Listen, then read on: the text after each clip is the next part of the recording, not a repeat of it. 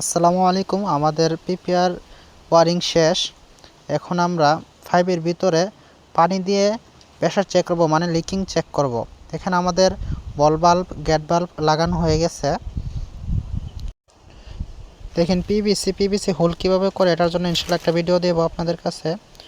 আপনি দেখবেন মেশিনের মাধ্যমে পিভিসি হোল করা হয়।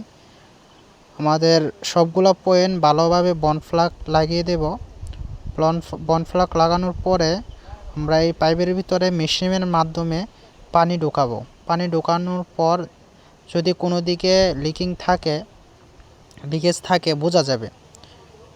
এই যে দেখেন, প্রত্যেকটা পয়েন্টের মধ্যে লাগিয়ে দিতে হবে, প্রত্যেকটা পয়েন্ট ভালোভাবে টাইট দিতে হবে। এখন আমরা মেশিন দিয়ে প্রেসার চেক করবো। মেশিনের জন্য ইনশাল্লাহ ফুল একটা ভিডিও লাগবে আপনাদের জন্য বিস্তারিত।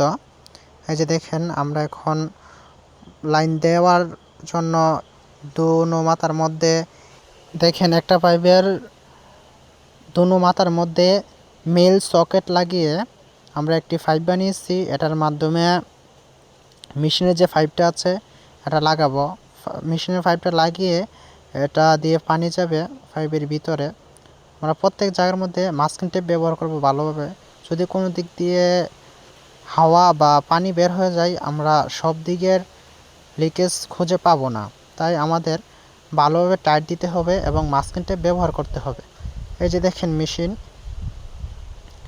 মেশিনের জন্য ভিডিও পাবেন ইনশাল্লাহ। মেশিনটার যেরকম সিস্টেম কীভাবে ব্যবহার করতে হয়, এবং এটার মধ্যে ইনপুট আউটপুট আছে। আমরা আউটপুট অফ করে নিলাম, আউটপুট অফ করে ইনপুট লুজ করে নিলাম। দেখেন এটার ভিতরে পানি আছে,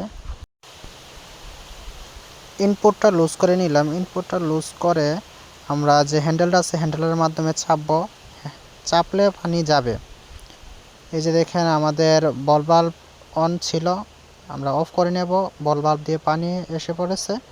যদি পানি কোনো দিক দিয়ে বের হয়ে যায়, আমরা সব দিকে লিকেজ খুঁজে পাবো না। এ কারণে এটা অফ করা দরকার। এই যে দেখেন মেশিনের একটা ভিডিও পাবেন ইনশাল্লাহ, দেখে নেবেন চ্যানেলের মধ্যে। এই যে দেখেন এটার ভিতরে পানি, কিন্তু ফুল পানি এটার মধ্যে। এই যে দেখেন,